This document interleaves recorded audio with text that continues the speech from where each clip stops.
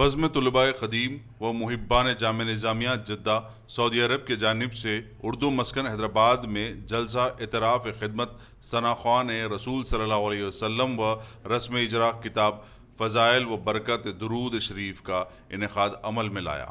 جلسے کی صدارت حضرت سید محمد قبول پاشا شتاری صاحب قبلہ نے کی اور اپنے نعتیہ کلام سے بھی نوازا۔ سابقہ دیوان درگاہ حضرت خواجہ غریب نواز رحمۃ اللہ علیہ حضرت خواجہ غیاث الدین چشتی صاحب قبلہ نے خطاب کی رسم اجرا انجام دی۔ مولانا صغیر احمد رکن اسمبلی سید احمد پاشا خادری کے بدمول تمام مہمانان نے نعت خواں کو تہنیت پیش کی۔ اس موقع پر مولانا سید رضوان پاشا خادری نے نعت خواں کے مقام اور مرتبے پر بیان فرمایا۔ فرماتے ہیں اور یہ بھی پتہ چل رہا ہے جو محفل سجا کر جن حضرات نے جستجو کی ہے نعت خوانوں کو تشریف کرنے کی، یہ رسول اللہ صلی اللہ تعالیٰ علیہ وآلہ وسلم کی سنت ادا فرما رہے ہیں۔ اور نعت خوانوں کا مقام کیا ہے؟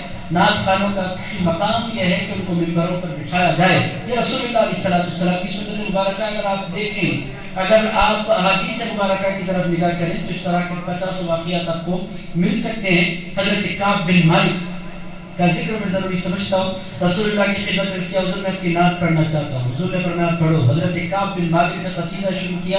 حضور سنتے جاتے ہیں، مسکراتے جاتے ہیں، سنتے جاتے ہیں، مسکراتے جاتے ہیں۔ ایک موقع پر حضور پر وہ کیفیت تاری ہوئی کہ حضور نے اپنی کملی نکالی اور حضرت کعب بن مالک کی طرف پھینک دی۔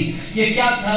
یہ حضور کا تحفہ عنایت فرمانا تھا۔ تو پتہ کیا چل رہا ہے؟ نعت جب کوئی بندہ پڑھتا ہے تو حضور اس سے بہت خوش ہوتے ہیں۔ حضرت حسان کو آپ نے دیکھا، حضور نے ممبر پر بٹھایا۔ حضرت حسان سے رسول اللہ علیہ السلام نے فرمایا یا حسان اجب عنی اللہم ایدہ بروح القدس، اے حسان میری جانب سے جواب دو، اللہ تمہاری مدد کے لیے آسمان سے جبریل کو نازل فرما دے گا۔ پتہ کیا چل رہا ہے؟ حضور نعت پڑھنے والے پر بہت کرم فرماتے ہیں۔ تو بڑی خوش نصیب ہے وہ حضرات جنہوں نے آج کی محفل سجائی اور نعت خوانوں کو عام طور پر نعت خوانوں کو جیسے اپریسیشن ملنا چاہیے مل نہیں پاتا ہے، جتنا بڑا وہ کام کرتے ہیں جو ان کا اعزاز ہونا چاہیے۔ ایک نعت خواں کا اعزاز ایک منسٹر سے بڑھ کر ہونا چاہیے۔ علی قادری کیوں منسٹر دنیا کی خدمت کرتا ہے، نعت گو رسول اللہ کی خدمت کیا کرتا ہے۔ اپنے الفاظ کے ذریعے، اپنے اشعار کے ذریعے وہ بہت بڑے پوزیشن کا بندہ ہے۔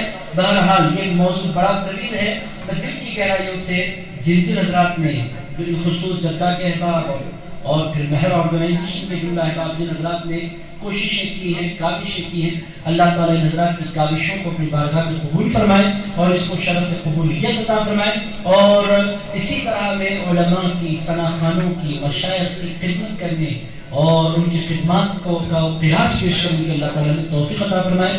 جزاکم اللہ خیر، صلی اللہ تعالیٰ علی خیر خلقہ سیدنا محمد و آلہ و صحبہ اجمعین والحمد للہ رب العالمین۔